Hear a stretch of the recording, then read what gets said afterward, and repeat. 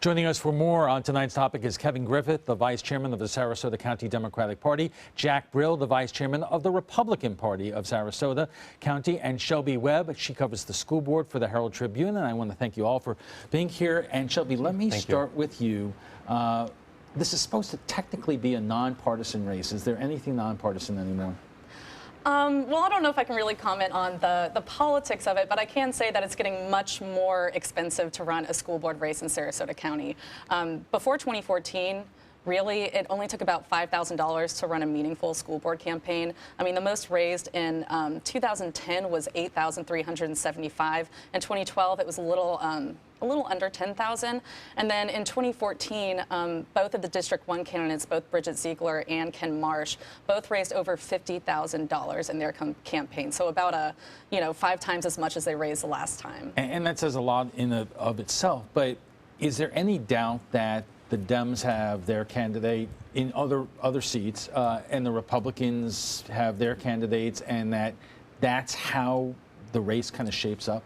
Well, there's certainly rumors about that. I don't know how well-founded they are or aren't. But it certainly seems there's a lot more interest in these races than there have been in the past. Kevin, Christine Jennings is not hiding anything. She's saying that this is priority #1 for Sarasota Democrats in this election cycle.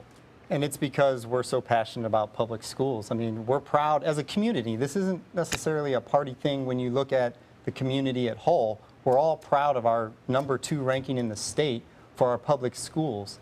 And we want to keep that up and uphold that. And we see the opponent in this race as a threat to our public school system. Well, is it that the Sarasota Democrats are so interested in public education, or you have a particular thing about Eric Robinson, who is so involved and associated with dark money and political action committees? I don't have a personal thing. I've only met the man once or twice.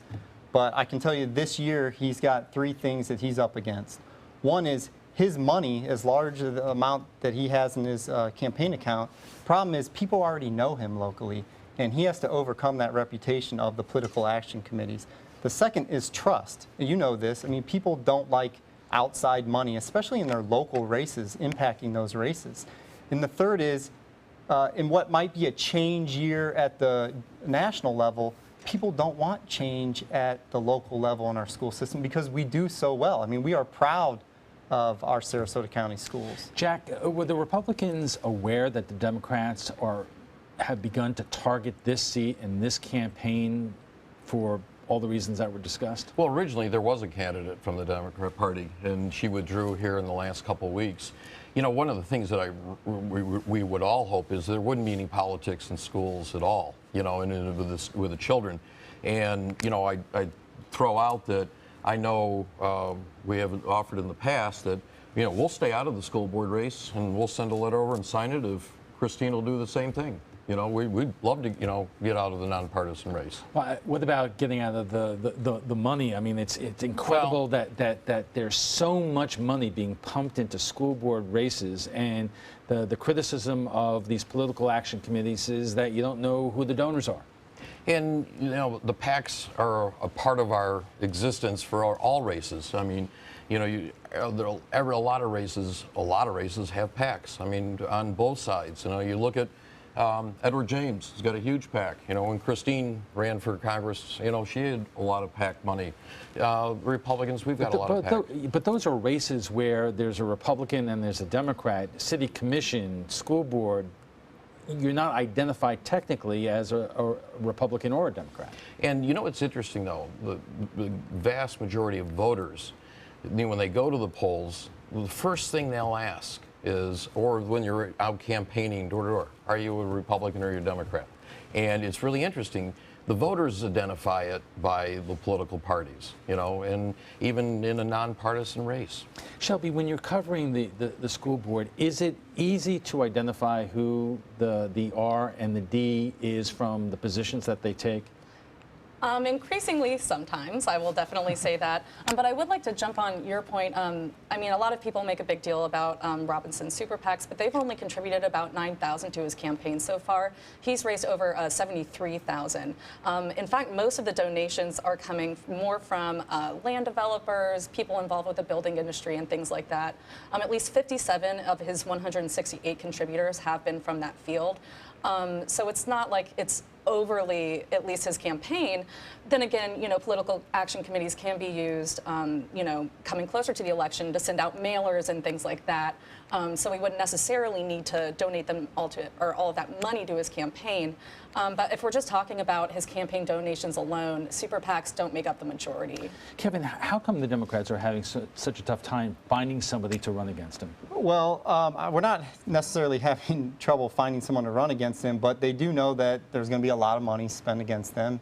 But with that said, we're confident on that. Let me pivot a little bit to what Jack was saying about the policies of the school board and where the differences really lie and what's at stake. You know, I have a special talent. I understand and can translate politician speak. And when you go to Mr. Robinson's website, he says he's for continuing the MGT of America study. Well, that's a study that took place here on Sarasota County that proposed cutting teacher pay in Sarasota County by $4,000. It also proposed rolling back school days by half an hour. It also proposed limiting the number of school aides. So that's not something the Democrats are for, and that's why we are going to fight hard. And it's not a Democrat issue. It's a public good issue because it's for public schools. Well, Jack, you said earlier that traditionally we don't view the school board in partisan terms, but you know, obviously more and more because of positions, it is being looked at this way. So, you know, is it unavoidable that this is going to be a partisan campaign? It probably will be, unless you guys take our offer to we'll all stay out of it. We're there, but you know, if it will be, because you know the issues. You know, as you know, there's been recent directives from Washington. You know, parents and students. You know, we need to control that on, you know, issues on a local basis, and that having that type of process brought down, or you know, the direction brought down, that we don't have control, our own school system and our own board doesn't have control for what happens here in Sarasota. That's not good. And Shelby, what Jack is talking about is the transgender bathroom issue, which Absolutely. kind of actually became an issue here in Sarasota before it exploded nationally. Absolutely. I mean, it happened back in January here when Pineview School changed its policy to allow a senior there now, Nate Quinn, to use the restroom that corresponds with his gender identity. He's a transgender male, so he's now using the male's restroom. But the transgender bathroom debate is going to be one of the biggest issues when it comes to this school board race. Another issue, especially, you know, if you were asking because earlier. The current school board basically kicked the can down the road, and it didn't come out definitively one way or the other. Exactly. So they're still handling those on a case-by-case basis, and there are still protests at almost every school board meeting that starts after 5:30 from people on both sides of the issue just trying to get the school board to come to a decision. So that's going to be a huge issue. Another issue that sort of almost pokes at a partisan part of this is the tax credit scholarships. So those allow companies to basically donate money to a pot. And then that money is used to give scholarships to lower income students to attend private schools. Increasingly, they're increasing the income that you need to qualify. So you can be, you're still moderately low income, but you can be a little more wealthy and do that. So that's another pretty big issue. And we'll have to leave it there, and I want to thank you all for coming in tonight.